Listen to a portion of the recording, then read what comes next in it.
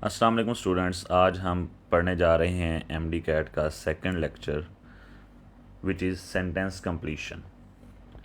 तो sentence completion के question से मुराद ये है कि आपके पास जो फिल इन द ब्लैंक्स के क्वेश्चन आते हैं उन्हें हम सेंटेंस कंप्लीशन के क्वेश्चन कहते हैं, क्योंकि उस सेंटेंस में ब्लैंक होती है, सेंटेंस इनकम्प्लीट होता है और गिवन 4 ऑप्शन में से हम किसी एक वर्ड को सिलेक्ट करके उस सेंटेंस को कंप्लीट करते हैं। That is why these questions are called sentence completion. Students, sentence completion के क्वेश्चन हमारे पास 3 तरह के आ सकते हैं। Number 1 logic based, number 2 vocab based, यानी जिसमें आपको वोकैबलरी का सहारा लेना पड़ेगा सिनोनिम्स और एंटोनिम्स और वर्ड मीनिंग्स के हिसाब से, एंड नंबर 3 ग्रामर बेस्ड। और कुछ क्वेश्चन ऐसे भी हो सकते हैं जिसमें ये तीनों टेक्निक्स या तीनों फैकल्टीज़ को यूज़ करना पड़ सकता है। अब इसमें ग्रामर भी हम पढ़ेंगे, वोकैब भी हम पढ़ेंगे, लेकिन फिर भी क्वेश्चन को सॉल्व करने की कुछ टेक्निक्स, कुछ रूल्स, कुछ फार्मूलाज, कुछ ट्रिक्स होती हैं जिनको यूज़ करें अगर तो आपका टाइम भी बचेगा, आप जल्दी क्वेश्चन का आंसर कर सकेंगे और वो आंसर वेरीफाइड भी होगा, कोई तुक्का नहीं होगा, मतलब आपको कंफर्म हो जाएगा कि यही इसका आंसर है। तो कुछ एग्जांपल से देखते हैं इन तीनों कैटेगरीज़ को। फॉर एग्ज़ाम्पल यहाँ हमारे पास एक सेंटेंस लिखा हुआ है, in contrast to the previous night's noise this night is very dash, यानी पिछली रात के मुकाबले में ये जो रात है वो, उसके बाद ब्लैंक है, यानी हमने अब ऑप्शन ढूंढना है। देखें यहाँ पर लिखा हुआ इन कंट्रास्ट टू, ये बताता है, इन कंट्रास्ट टू का मतलब होता है ऑपोजिट सिचुएशन। तो ऐसी सूरत हाल में हम देखेंगे कि हमारे सेंटेंस में एक इन्फॉर्मेशन गिवन होगी और एक ऑप्शन में हमने फाइंड आउट करनी है। हमारे पास इन्फॉर्मेशन गिवन है नॉइज़, कि पिछली रात शोर था, जो कि एक नेगेटिव मीनिंग वाला वर्ड है। अब हमने इन कंट्रास्ट टू बताता है सिचुएशन ऑपोजिट है, यानी जो सेंटेंस में बात कही गई है हमने ऑप्शन में उससे ऑपोजिट ढूंढनी है। तो नॉइज़ का ऑपोजिट काम होता है? नहीं। नॉइज़ का ऑपोजिट वार्म होता है? नहीं। नॉइज़ का ऑपोजिट लेंथी होता है? नहीं। नॉइज़ का ऑपोजिट होता है काम, विच इज़ डेल्टा ऑप्शन, तो हमारा राइट ऑप्शन होगा डेल्टा। अब ऑपोजिट लगाना था हमने, ये हमें किस से पता चला? इन कंट्रास्ट टू से। तो इस क्वेश्चन का आंसर आपने लॉजिकली दिया है, तो ये एक लॉजिक बेस्ड एमसीक्यू था। उसके बाद another example, a car was travelling 100 kilometre per hour eastward, it's dash is 100 kilometre our eastward. तो अब इसमें अल्फ़ा ऑप्शन है हमारे पास स्पीड, बीटा है इलास्टिसिटी, चार्ली है वेलोसिटी एंड डेल्टा है नन। अब देखें, जनरली जब भी किलोमीटर पर आवर जैसे एक्सप्रेशन आते हैं तो हमें लगता है कि ये स्पीड हो सकती है, लेकिन स्पीड जो है ये एक स्केलर क्वांटिटी है, इसमें आपको डायरेक्शन नहीं बताई गई होती। और इसका राइट ऑप्शन है वेलोसिटी, यानी ऐसी स्पीड जिसमें स्पीड के साथ साथ डायरेक्शन भी बताई गई है, जैसे हमारे पास क्वेश्चन में ईस्टवर्ड बताया गया है। तो इसलिए speed is not right, velocity is right. और जो इलास्टिसिटी है ये एक और करेक्टरिस्टिक है, मतलब किसी चीज़ के एक्सपेंड करने की जो क्वालिटी होती है। तो ये जो स्पीड ऑप्शन है ना, इस जैसे ऑप्शन को कहते हैं आई कैचर, क्योंकि ये किलोमीटर पर आवर स्पीड जैसा एक्सप्रेशन है, तो एग्जामिनर अक्सर अल्फ़ा ऑप्शन ऐसा बना कर देता है जो स्टूडेंट को पहली नज़र में लगता है कि ये ठीक होगा, तो इसलिए इसे हम आई कैचर कहते हैं। तो student you should be aware of I catchers. अब इससे बचने का तरीका यही है कि आपको चाहे पहला ऑप्शन, दूसरा ऑप्शन डैम श्योर है कि ये बिल्कुल ठीक है, आप तब तक टिक नहीं करेंगे जब तक आप सारे ऑप्शंस को नहीं पढ़ लेते। तो जैसे ही आप सारे ऑप्शन को पढ़ेंगे तो इससे फ़ायदा क्या होगा कि आप आई कैचर से बच जाएंगे, यानी स्पीड, जब आप अल्फ़ा ऑप्शन पढ़ रहे हैं स्पीड हो सकता है आपको लगे ये ठीक है, लेकिन जब आप वेलोसिटी पढ़ेंगे तो ये कॉन्सेप्ट आपके फ़ौरन जहन में आ जाएगा कि हाँ ये तो वेलोसिटी है, क्योंकि इसमें डायरेक्शन भी बताई गई है। तो सारे ऑप्शंस पढ़ेंगे तो आई कैचर से बच सकते हैं। तो ये जो क्वेश्चन आपने आंसर किया है ये है वो कैब बेस्ड, मतलब अगर आपको वेलोसिटी का मतलब ही नहीं आता तो आप जितनी मर्जी लॉजिक लगा लें आप राइट आंसर नहीं कर पाएंगे। Another question is it is time we dash to sleep. Alpha option है go, beta goes, charlie went and delta should go. अब इसमें स्टूडेंट्स अक्सर लग सकता है क्योंकि मतलब ये बन रहा है कि हमें सोने जाना चाहिए, तो इस चाहिए की वजह से हो सकता है हमें लगे शुड गो है, लेकिन ये पास्ट सब्जंक्टिव का सेंटेंस है। इसमें ये होता है कि अगर किसी सेंटेंस में it is time, it is high time वगैरह आ जाए तो हम सेकंड फॉर्म लगाते हैं, तो इसलिए हमारा राइट ऑप्शन है चार्ली। और ये हम ग्रामर के जब टॉपिक्स पढ़ेंगे, करेक्ट फॉर्म्स ऑफ वर्ब पढ़ेंगे, टेंसेस पढ़ेंगे, तो उसमें ये कॉन्सेप्ट पढ़ा जाएगा। तो ये जो हमने एमसीक्यू किया है, ये हमने एमसीक्यू किया है अकॉर्डिंग टू ग्रामर रूल्स, ठीक है। तो इस तरह 3 तरह के क्वेश्चन आपके पास आ सकते हैं। अब वो कौन सी टेक्निक्स हैं जिनको यूज़ करके हम इन क्वेश्चंस को जल्दी सॉल्व कर सकते हैं और हमारा जो आंसर है वो वेरीफाइड भी होगा। तो सबसे पहली टेक्निक जो क्लास हमारे पास है that is contrast signal words. कुछ लफ्ज़ ऐसे होते हैं जो हमें सिग्नल देते हैं कि सेंटेंस में जो इन्फॉर्मेशन बताई गई है और ऑप्शन में जो इन्फॉर्मेशन ढूंढनी है वो कंट्रास्ट होनी चाहिए, ऑपोजिट होनी चाहिए। जैसे एक एग्जांपल हम in contrast to the previous night's noise वाली कर चुके हैं। अब वो वर्ड्स कौन से हैं जो सेंटेंस में आए तो हमें सिग्नल मिलता है कि यहाँ पर कंट्रास्ट मीनिंग है। वो वर्ड्स मैं बोलता हूँ, आप लोग नोट कर लें। although, despite, in spite of, but, however, even though, on the contrary, in contrast to, nevertheless, nonetheless, on the other hand, rather than, still और yet। ये वो वर्ड्स हैं जिन्हें हम कंट्रास्ट सिग्नल वर्ड्स कहते हैं। मैं कोशिश करूँगा कि इन वर्ड्स को कमेंट सेक्शन में पोस्ट कर दूँ और आप सुनकर भी इसे नोट कर सकते हैं। तो याद रखना है कि ये वर्ड्स जब भी सेंटेंस में आएंगे तो जो इन्फॉर्मेशन बताई गई है हमने उससे ऑपोजिट ढूंढनी है। एग्जाम्पल देखें, despite the heavy fall in the market, despite the heavy fall in the market, the traders are dash about the loss they may incur। के भारी नुकसान होने के बावजूद जो ताजर हैं उनको जो नुकसान हो सकता है वो उसके बारे में क्या सोचते हैं। अब यहाँ पर देखें हमारे पास डिस्पाइट आया है जो कि कंट्रास्ट सिग्नल वर्ड है। अब इसमें इंफॉर्मेशन ये बताई गई है कि हैवी फॉल हुआ है, नुकसान हुआ है, जो कि नेगेटिव इन्फॉर्मेशन है। अब हमने जो ऑप्शन ढूंढने हैं वो पॉजिटिव होना चाहिए, यानी नेगेटिव इन्फॉर्मेशन है, कंट्रास्ट सिग्नल वर्ड मौजूद है, तो हमारा जो ऑप्शन है वो पॉजिटिव मीनिंग वाला होना चाहिए।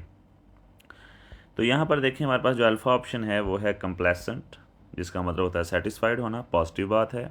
अपसेट नेगेटिव, वरीड नेगेटिव, इरेट का मतलब होता है वेरी एंग्री, बहुत गुस्से में होना, ये भी नेगेटिव है। तो हमारी जो रिक्वायर्ड इन्फॉर्मेशन थी वो पॉजिटिव होनी चाहिए थी, तो हमारा राइट ऑप्शन है अल्फ़ा। तो सेंटेंस बनेगा despite heavy fall in the market the traders are complacent, यानी the traders are satisfied about the loss they may incur. इसी तरह क्लास अब हम आ जाते हैं सिनोनिम सिग्नल वर्ड्स पर।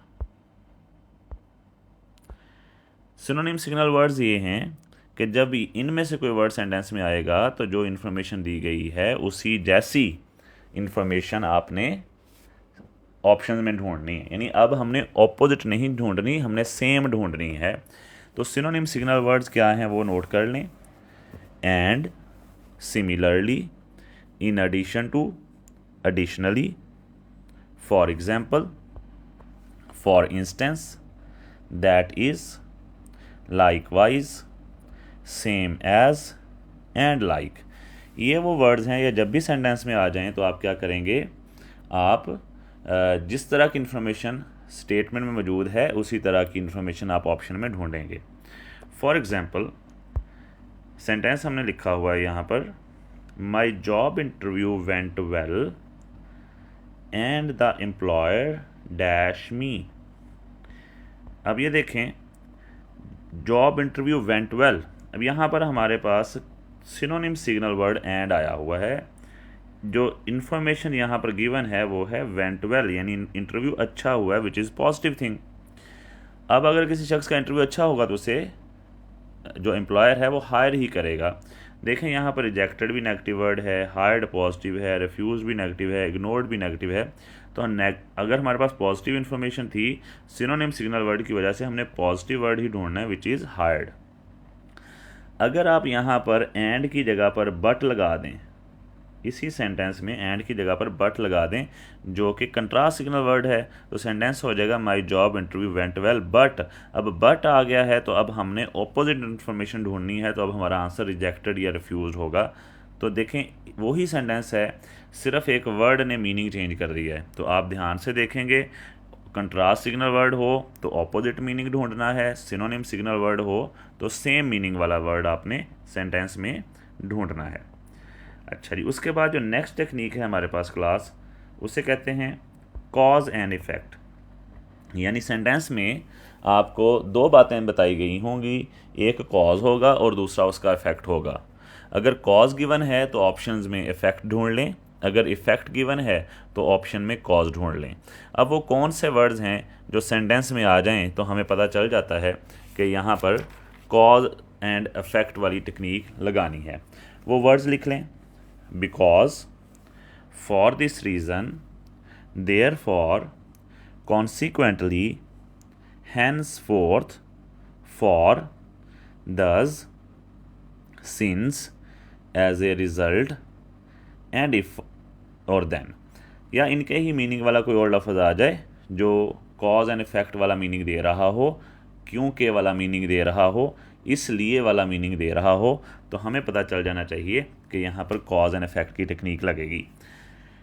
अब हमारे पास सेंटेंस है, because this suit was on sale I bought it in dash price।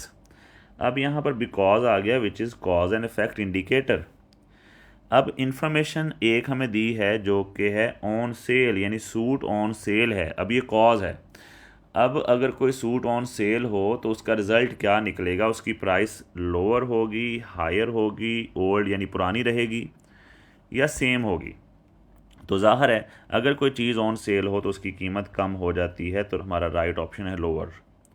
ठीक है जी, तो इस तरह आप कॉज एंड इफेक्ट से अपना राइट आंसर फाइंड आउट कर सकते हैं। यहाँ पर हमें कॉज बताया गया था, हमने इफ़ेक्ट ढूंढना था, अगर इफ़ेक्ट बताया गया हो तो आप कॉज ढूंढ लेंगे। नेक्स्ट जो टेक्निक है क्लास, उसे कहते हैं डिफाइनिंग कैरेक्टरिस्टिक्स।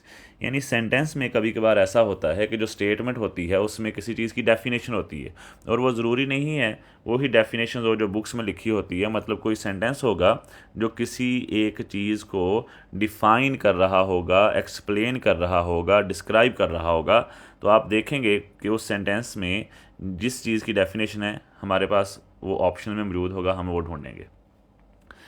जैसे हमारे पास यहाँ पर एग्जांपल है, the chemist tried to produce dash that could cure all the diseases. अब हमारे पास ये डेफिनेशन है that could cure all the diseases, यानी ऐसी चीज़ जो तमाम बीमारियों का इलाज है। तो सिम्टम्स तमाम बीमारियों का इलाज है? नहीं, सिम्टम्स तो अलामतों को कहते हैं। क्या वैक्सीन तमाम बीमारियों का इलाज कर सकती है? नहीं, वैक्सीन तो प्रिवेंशन है, ये तो हम डिजीज़ होने से पहले लगाते हैं। उसके बाद इंजेक्शन, तो कोई इंजेक्शन तमाम बीमारियों का इलाज नहीं कर सकता। तो ये पेनिसिया एक ऐसी मिथिकल ड्रग है जिसके बारे में ये समझा जाता है कि कोई ऐसी मेडिसिन बना ली जाएगी जो हर बीमारी का इलाज होगी। और उसे पेनिसिया ही क्यों कहते हैं? क्योंकि पेनिसिया लफ्ज़ का मतलब ही ये है ऐसा सलूशन जो हर प्रॉब्लम का हो। ठीक है जी, तो इस तरह आप देखें कि सेंटेंस में डेफिनेशन दी थी और हमने देखा कि वो किस लफ्ज़ की डेफिनेशन बनती है, हमने उसे ऑप्शन में सेलेक्ट कर लिया। नेक्स्ट टेक्निक है क्लास हमारे पास कीवर्ड या फ्रेज़। यानी सेंटेंस में कई दफ़ा ऐसा होता है कि कोई ऐसी कीवर्ड या की फ्रेज़ दी होती है जो हमें पूरे सेंटेंस की सिचुएशन समझा देती है, और उसी सिचुएशन के अकॉर्डिंग हम आंसर करते हैं। जैसे यहाँ पर सेंटेंस है, because his time was limited he decided to read novel, dash novel in dash edition. तो 2 ब्लैंक्स वाला क्वेश्चन अगर आए तो आपके पास ऑप्शन आपने ऐसा सेलेक्ट करना है जिसमें दोनों वर्ड्स ठीक हों और उनकी जो तरतीब है वो भी ऐसे हो कि पहला लफ्ज़ पहली ब्लैंक में आए और दूसरा लफ्ज़ दूसरी ब्लैंक में आए। अब यहाँ पर देखें हमारे पास जो की वर्ड इस सेंटेंस में है वो है हिज टाइम वॉज लिमिटेड, यानी जो जिस बंदे ने नावल पढ़ना है उसके पास टाइम कम है, तो टाइम कम होगा तो वो किस तरह का एडिशन पढ़ेगा। तो ज़ाहिर है जिसके पास टाइम कम है वो लेंथी एडिशन नहीं पढ़ेगा। ठीक है, दूसरा भी लेंथी ऑप्शन ही है हमारे पास। फिर उसके बाद है ऑटोग्राफ्ड एडिशन। तो ऑटोग्राफ्ड एडिशन से मुराद ये है कि जिस पर राइटर ने ऑटोग्राफ दिया हुआ है, तो अगर किसी बुक पर राइटर ने ऑटोग्राफ दिया हो तो उसे जल्दी तो नहीं पढ़ा जा सकता, उसका टाइम से कोई ताल्लुक़ नहीं है। फिर उसके बाद है अब्रीज्ड। अब्रीज्ड का मतलब क्या होता है? मुख्तसर। तो ज़ाहिर अगर किसी के पास टाइम कम है तो वो मुख्तसर पढ़ेगा, मुख्तसर एडिशन पढ़ेगा। ठीक है जी। तो अब जो है इससे हमें पता चल गया कि कैसे हमें पता चला कि ये राइट आंसर है की फ्रेज से, जो कि था टाइम वाज लिमिटेड। तो इसी तरह सेंटेंस में आप की फ्रेज ढूंढेंगे और उसके हिसाब से आंसर करेंगे। उसके बाद क्लास नेक्स्ट जो टेक्निक है हमारी विच इज़ कॉमन सेंस, कि कभी कभार सेंटेंस जो है वो हम कॉमन सेंस को यूज़ करते हुए भी आंसर दे सकते हैं। बड़ा इजी क्वेश्चन होता है। जैसे यहाँ पर सेंटेंस है they try to test the rats dash ability to see how they adjusted in changing conditions. तो इसमें जो वर्ड एडजस्टेड है ये हमें बताता है कि हमारा आंसर कैसा होना चाहिए। कॉमन सेंस यूज़ करें कि अगर कोई चीज़, कौन सी एबिलिटी है रैट की जो चेंजिंग कंडीशन से ताल्लुक़ रखती है, तो सेंस है नहीं, स्टेमिना है नहीं, अडेप्टेबिलिटी। जी अडेप्टेबिलिटी का मतलब ही ये होता है कि कोई चीज़ किस तरह मुख्तलिफ हालात में ख़ुद को एडजस्ट कर लेती है, ढाल लेती है। तो हमारा राइट आंसर है अडेप्टेबिलिटी, जो हमने कॉमन सेंस को यूज़ करते हुए दिया। उसके बाद है reference to context. Reference to context से मुराद ये है कि आप सेंटेंस को पढ़ें और उसमें कोई एक्स्ट्रा इन्फॉर्मेशन बाहर से आपकी जो है वो उसको ऐड नहीं करेंगे, सेंटेंस के हिसाब से आंसर दे दें। सेंटेंस है हमारे पास he always wins the race because of his dash. अब ऑलवेज विन्स द रेस यानी कोई शख्स है जो हमेशा रेस जीतता है। तो क्या कोई शख्स अपनी सेहत की वजह से हमेशा रेस जीत सकता है? नहीं। जितने भी रेस में दौड़ने वाले होते हैं ऑलमोस्ट सब हेल्दी होते हैं, लेकिन सब जीतते नहीं हैं। क्या वेल्थ की वजह से? नहीं। डिटर्मिनेशन की वजह से? नहीं। देखें, डिटर्मिनेशन अगर किसी के पास बहुत ज़्यादा है लेकिन वो अपने बिस्तर से ही नहीं निकल पा रहा, तो उस डिटर्मिनेशन से वो कोई काम नहीं कर सकता। हमारा राइट ऑप्शन है सेलैरिटी। सेलैरिटी का मतलब होता है प्रैक्टिस। तो अगर किसी शख्स के पास अपने मुतल्लिका काम की प्रैक्टिस है तो वो उस प्रैक्टिस की वजह से उसमें हमेशा कामयाब हो सकता है। तो ये हमारे पास जो रेफरेंस टू द कंटेक्स्ट था ना, ऑलवेज विन द रेस, इसके अकॉर्डिंग हमने अपने क्वेश्चन का आंसर फाइंड आउट किया है। अच्छा, उसके बाद प्लेसिंग एंड रिप्लेसिंग एक बड़ी मज़ेदार टेक्निक है जो स्टूडेंट्स अक्सर यूज़ भी करते हैं। इसमें क्या होता है कि हमें राइट आंसर की बिल्कुल समझ नहीं होती, हम एक एक ऑप्शन को ब्लैंक में प्लेस करते हैं और फिर उसको पढ़ते हैं। फिर हमें जो ऑप्शन ज़्यादा सही लग रहा हो पढ़ने में कि ये लगाएं तो सेंस सही ज़्यादा बनती है, तो इसका मतलब वो ऑप्शन ठीक है। फॉर एग्ज़ाम्पल सेंटेंस है because he did not know the dash of the task assign to him he worked on it in dash way. अब सपोज हमें आंसर नहीं पता, हम चारों ऑप्शन को एक एक करके पुट करेंगे, प्लेस करेंगे। अगर हमें सेंस बनती नज़र आई तो ठीक है, नहीं तो रिप्लेस कर देंगे। तो सबसे पहले हम लगाते हैं जी सिस्टम एंड ड्यूटीफुल, यानी he did not know the system of the task assign to him he worked on it in dutiful way. यानी अगर किसी शख्स को कोई काम सौंपा गया है और उसे उसके सिस्टम का ही नहीं पता, तो क्या वो ड्यूटीफुल वे में काम करेगा? नहीं जी, सेंस नहीं बन रही, तो ये रॉन्ग आंसर है। हम इस ऑप्शन को रिप्लेस कर देंगे। अब हम लगाएंगे पर्पज़ एंड डिलीजेंट, यानी he did not know the purpose of the task assign to him he worked on it in diligent way. यानी जिस बंदे को काम दिया गया है उसे उसका मकसद ही नहीं पता, तो क्या वो डिलीजेंटली एफिशिएंटली काम करेगा? नहीं, इसकी सेंस नहीं बन रही जी, तो ये भी रॉन्ग आंसर है। अब हम लगाते हैं जी मेथड एंड केयरफुल। मतलब अगर एक शख्स he did not know the method of the task assigned to him he worked on it in careful way, यानी एक शख्स को काम का तरीका ही नहीं पता। किसी शख्स को ड्राइवर रख लिया है लेकिन उसे ड्राइविंग ही नहीं आती, तो क्या वो केयरफुल काम कर सकता है? नहीं कर सकता, तो इसमें भी कोई सेंस नहीं बन रही।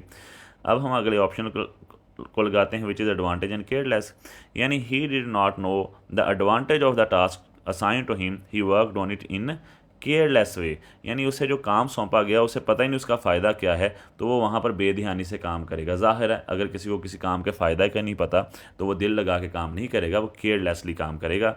तो हमने चारों ऑप्शन लगाए हैं, चारों को प्लेस किया है, तो हमें हमारा जो राइट आंसर है वो डेल्टा मिल गया है।